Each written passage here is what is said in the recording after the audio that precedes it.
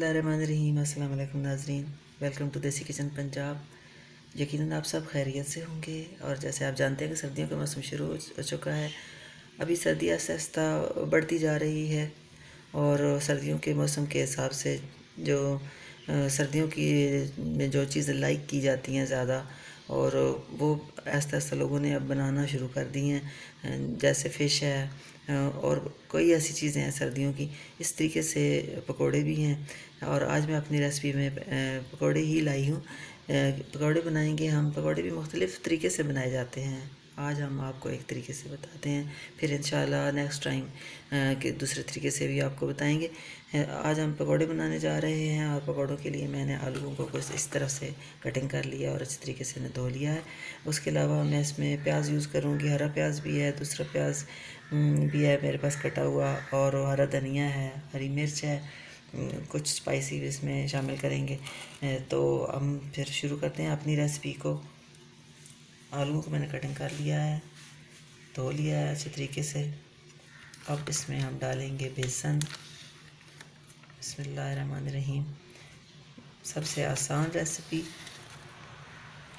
बेसन डालेंगे, इसमें कोई मिकदार नहीं है कितने बेसन में इतनी चीज़ें, ये आपकी मर्ज़ी पे डिपेंड करता है। जितनी चीज़ें आप इसमें डालेंगे, पालक डाल सकते हैं और कई चीज़ें इसमें डाल सकते हैं।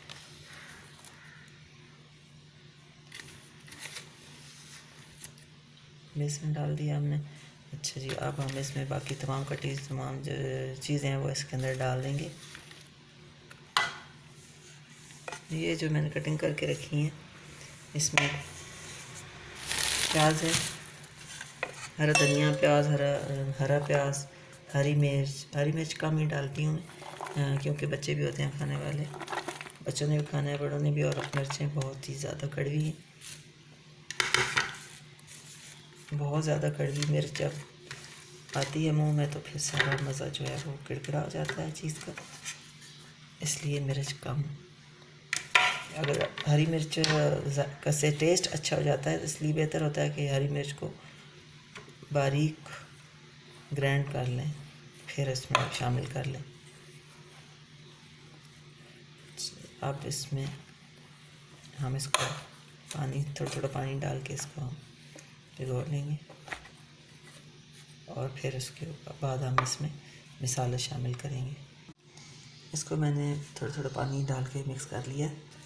अब मैं इसमें शामिल करूँगी बाकी मसाले। अजवाइन है तकरीबन ½ टीस्पून, ज़ीरा है ½ टीस्पून,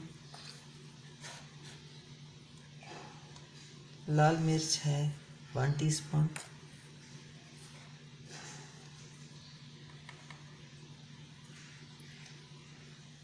हल्दी शामिल करेंगे तो ½ टीस्पून, नमक हस्बे ज़रूरत। अगर आपने फौरी तौर पे पकौड़े बनाने हैं तो आप इसमें 1 चुटकी मीठा सोडा डाल दें, लेकिन अगर आपको ज़्यादा जल्दी नहीं है तो बेहतर होता है कि आप सोडा ना डालें और इस बेसन को बना के कम से कम 2 घंटे के लिए, 3 घंटे के लिए रख दें। जितना वो रखेंगे आप उसको ज़्यादा देर तक, इतने ही वो पकौड़े जो है वो बहुत अच्छे बनेंगे। और उसको रखने का तरीका ये है कि आप उसमें नमक शामिल ना करें, क्योंकि नमक की वजह से जो हमने इसमें प्याज वगैरह डाले होते हैं वो पानी छोड़ जाते हैं, तो बेसन जो है वो पतला हो जाता है हमारा। नमक उस वक्त आप डालें जब आपने बनाना है। खुश्क धनिया कुछ हम इसमें थोड़ा सा शामिल करेंगे। अनारदाना भी आप चाहें शामिल कर सकते हैं, लेकिन मैं अनारदाना यूज़ नहीं कर रही। थोड़ा सा हमने खुश्क धनिया भी शामिल कर लिया और हरा भी धनिया इसमें हमने शामिल किया था। अब हम इसको अच्छे तरीके से मिक्स कर लेंगे और मिक्स करने के बाद हम इसे 1 घंटे के लिए रखेंगे। तरीके से मैंने सारे मसाले इसमें मिक्स कर दिए हैं। बेसन मेरा तैयार हो चुका है। इसको मैं अब फ्रिज में रख दूँगी तकरीबन 1 घंटे के लिए। उसके बाद हम पकौड़े बनाएंगे इसके। और अगर आपके पास सोडा मौजूद नहीं है और आपने उसको थोड़ा जल्दी बनाने पकौड़े, आप उसमें टमाटर भी डाल सकती हैं। टमाटर थोड़ा सा कटिंग करके आप उसमें डाल दें, उससे भी पकौड़े आपके बहुत अच्छे बनेंगे और नरम नरम बनेंगे। मैं अब इसको थोड़ी देर के लिए रखती हूँ। बेसन को बनाए 1 घंटा हो गया और ऑयल हमारा गर्म हो चुका है। अब हम पकौड़े बनाना शुरू करेंगे। बिस्मिल्लाहिर्रहमानिर्रहीम। छोटे छोटे पकौड़े हम इसमें डालेंगे।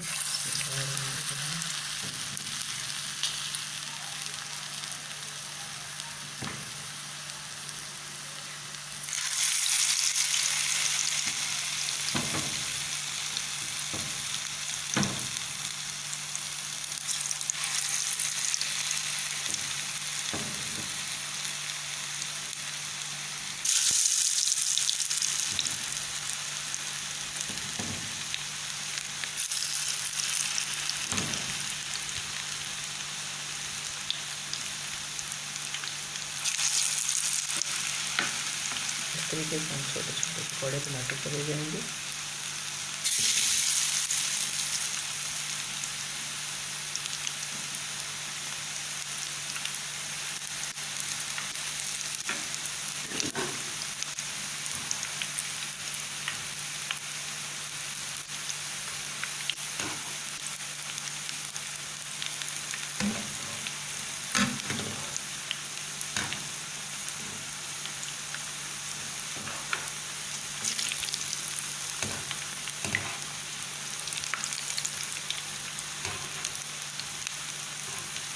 दूसरी साइड से एक साइड से पकाते हैं, दूसरी साइड से आप उलट देंगे ताकि दोनों साइड अच्छे तरीके से पक जाए।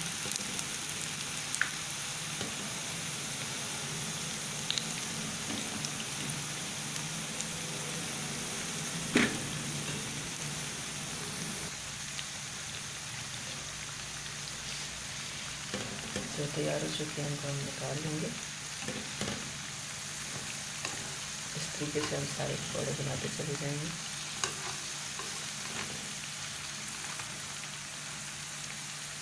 ये मैंने आपको बहुत ही एक सिंपल तरीका बताया ताकि अपने घर में जो भी चीज़ें मौजूद हैं उससे पकौड़े बनाए जा सकें।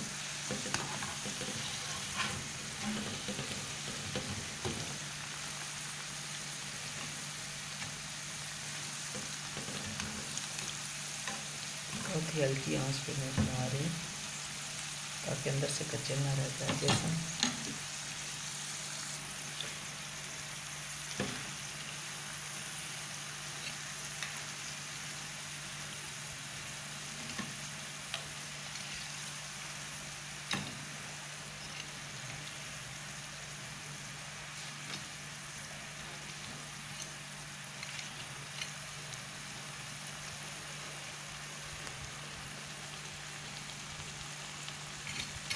अगर आपने अभी तक मेरे चैनल को सब्सक्राइब नहीं किया तो मेरे चैनल को सब्सक्राइब कर लें, लाइक और शेयर करें।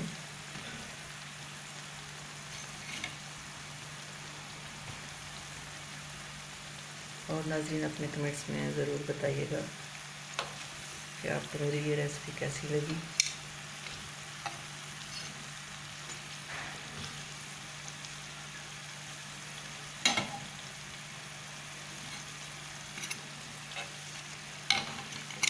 सारे पकौड़े हमारे तैयार हो चुके हैं। अब इनको हम सबको निकाल लेंगे।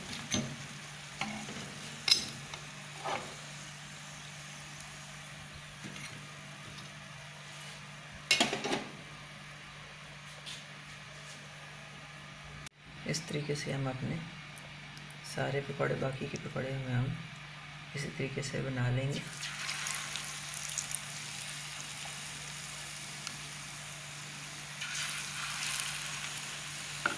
ये आलू हमने लंबाई में पतले पतले काट लिए थे। नेक्स्ट टाइम हम किसी और तरीके से काट के तो पकौड़े बनाएंगे।